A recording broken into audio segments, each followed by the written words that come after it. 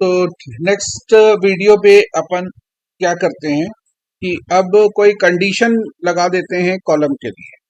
ठीक है, तो देखो अगर मैं लिखता हूं कोई to write a query to display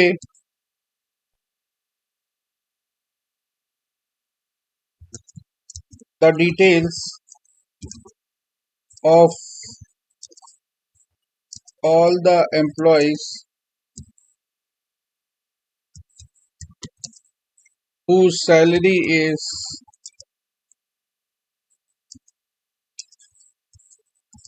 more than क्या रखा जाए more than 40,000। चलो तो इसको रखते हैं। डन। तो ये क्वेश्चन क्लियर है। ठीक, तो हमको करना क्या है, जब ये क्वेश्चन मैंने पढ़ा, क्वेश्चन पेपर में दिया था, क्वेश्चन पढ़ा तो मेरे दिमाग पे पहला क्वेश्चन कि कितने कॉलम्स उठाऊं या कितने कॉलम्स निकालूं इस टेबल से। तो यहाँ पे तो कोई कॉलम का नाम बोल नहीं रहा है कि मेरे को सिर्फ ये कॉलम और ये कॉलम चाहिए, और अगर कुछ ऐसा बोल नहीं रहा है तो मैं एक सिंपल काम कर लेता हूँ, सेलेक्ट एस्ट्रिक लगा लेता हूँ फ्रॉम टेबल का नाम T1। फिर से रिपीट कर रहा हूँ, गलती मत करिएगा, टेबल T1 लिखने की जरूरत नहीं है, याद रखना टेबल T1 नहीं। तो क्या होगा, select asterisk from T1, condition तो है क्या, दिमाग में दूसरा बल्ब जला, कितनी रोज, तो उतनी रोज जिनकी सैलरी 40,000 से ज्यादा है।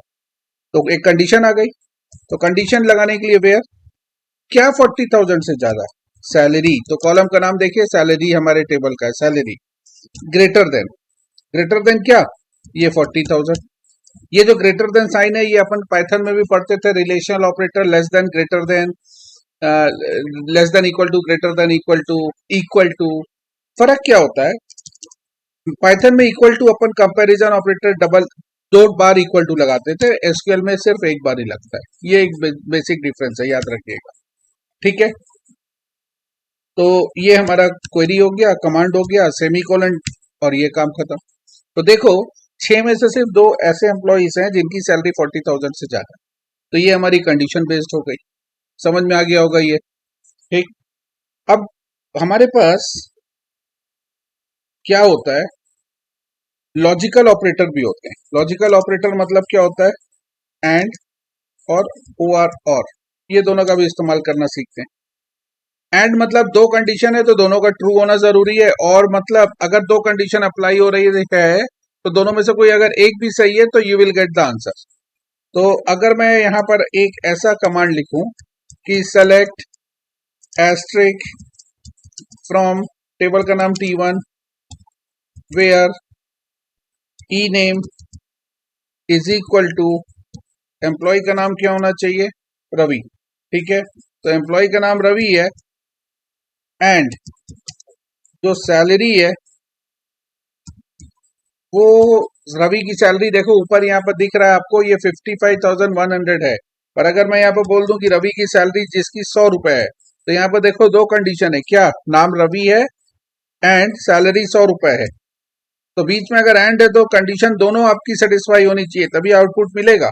तो यहाँ में देखो रवि तो मिल गया, बट रवि की सैलरी 55,100 है, 100 रुपीज नहीं है। इसीलिए देखो आंसर क्या आ गया, एम्प्टी सेट, मतलब इस टाइप का कोई भी डेटा आपके टेबल में अवेलेबल नहीं है।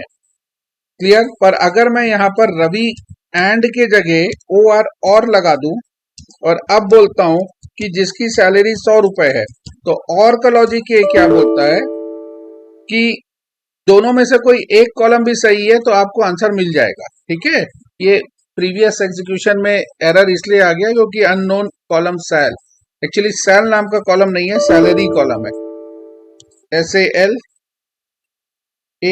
Salary is equal to 100 rupees, correct.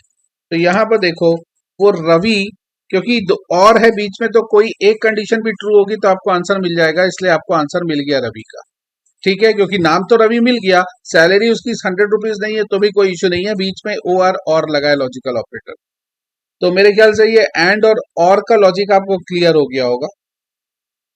अब अगर मैं बोलता हूं कि सेलेक्ट एम्प्लॉय नंबर, तो एम्प्लॉय नंबर का डेटा क्या है, EMPNO एम्प्लॉय नंबर कॉमा, और क्या देखना है उसका, उसका एड्रेस भी देखना है, एड्रेस फ्रॉम कहां से, T1 से, वेयर जो सैलरी है वो ग्रेटर देन इक्वल टू 20,000 हो and salary less than equal to 40,000 है, चलेगा। दो कंडीशन लगा दिया, सैलरी 20,000 से ज्यादा और सैलरी, दोबारा सैलरी लिखना पड़ेगा, है ना। तो यहां पर देखो सिर्फ ऐसे दो एम्प्लॉई हैं जिनके जो ये कंडीशन सेटिस्फाई कर रहे हैं। अब मेरा लॉजिक ये है कि ये greater than 20,000 and less than 40,000 बार बार लिखना पड़ रहा है, कोई शॉर्टकट मेथड है क्या? तो शॉर्टकट मेथड है वेयर सैलरी, एक क्लॉज होता है जिसको अपन बोलते हैं बिटवीन, ठीक है, ये क्लॉज होता है एक सैलरी बिटवीन, बिटवीन क्या, बिटवीन 20,000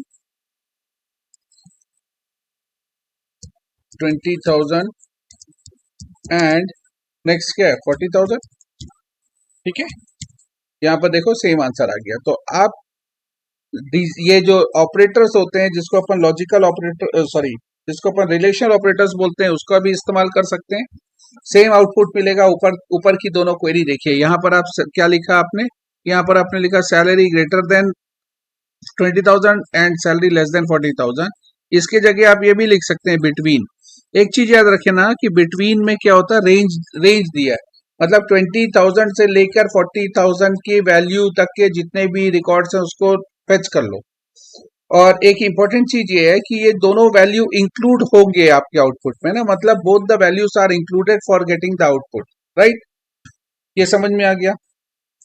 तो अब मेरे ख्याल से ये सेलेक्ट स्टेटमेंट का यूज करते हैं कैसे, ये आपको क्लियर होगा। पहला पॉइंट, एस्ट्रिक कब लगाते हैं, जब आपको सारे कॉलम्स कंसीडर करना है। वेयर का यूज कब करते हैं, जब आपको बहुत, आपके पास n नंबर ऑफ रोज हैं, इसमें से कुछ आपको सेलेक्टेड रोज ही, जैसे जिसकी सैलरी 10,000 से ज्यादा, जो जो डिपार्टमेंट नंबर 10 में काम करता हो, या जो जिसका एड्रेस भिलाई में जो रहता हो, मतलब कोई स्पेसिफिक कंडीशन आपको अप्लाई करना होता है, तो याद रखिएगा वेयर कंडीशन, वेयर लगाते हैं, WHERE, वेयर के साथ एक कंडीशन चेक करते हैं। और point number 2 very important, select asterisk from table, table word की जरूरत नहीं है, सेलेक्ट एस्ट्रिक फ्रॉम T1, ठीक है, या जो भी आपके क्वेश्चन पेपर में कुछ टेबल का नाम होगा वो मेंशन करिएगा, टेबल की जरूरत नहीं है, ओके। तो यहाँ पर समराइज अगर मैं करूं इस पॉइंट को, तो ये है कि एस्ट्रिक कहाँ लगाना है पता होना चाहिए और कब लगाना है, ठीक। वेयर का यूज क्यों करते हैं, अगर आपको पूरे रोज नहीं देखना है, उसमें उसमें से कुछ सेलेक्टेड पार्ट ही देखना है, तो कुछ कंडीशन बेस्ड होता है, वो कंडीशन अप्लाई कर दीजिएगा। रिलेशनल ऑपरेटर आपको पता है, ठीक, जैसे कि इक्वल टू या कंपेयर करना है तो पाइथन में हम दो इक्वल टू साइन लगाते थे, यहाँ पर सिर्फ एक इक्वल टू साइन ही लगाएंगे, क्लियर है। तो यहाँ पर ये बिटवीन इंपॉर्टेंट है, याद रखिएगा कि इसमें दोनों वैल्यूज इंक्लूड या इंक्लूसिव रहते हैं। तो ये वो मेथड्स या ये वो कमांड है जिससे आप अपने टेबल की वैल्यूज को फेच करेंगे, ठीक है। नेक्स्ट वीडियो पे अभी इसको कंटिन्यू करेंगे सेम टॉपिक को।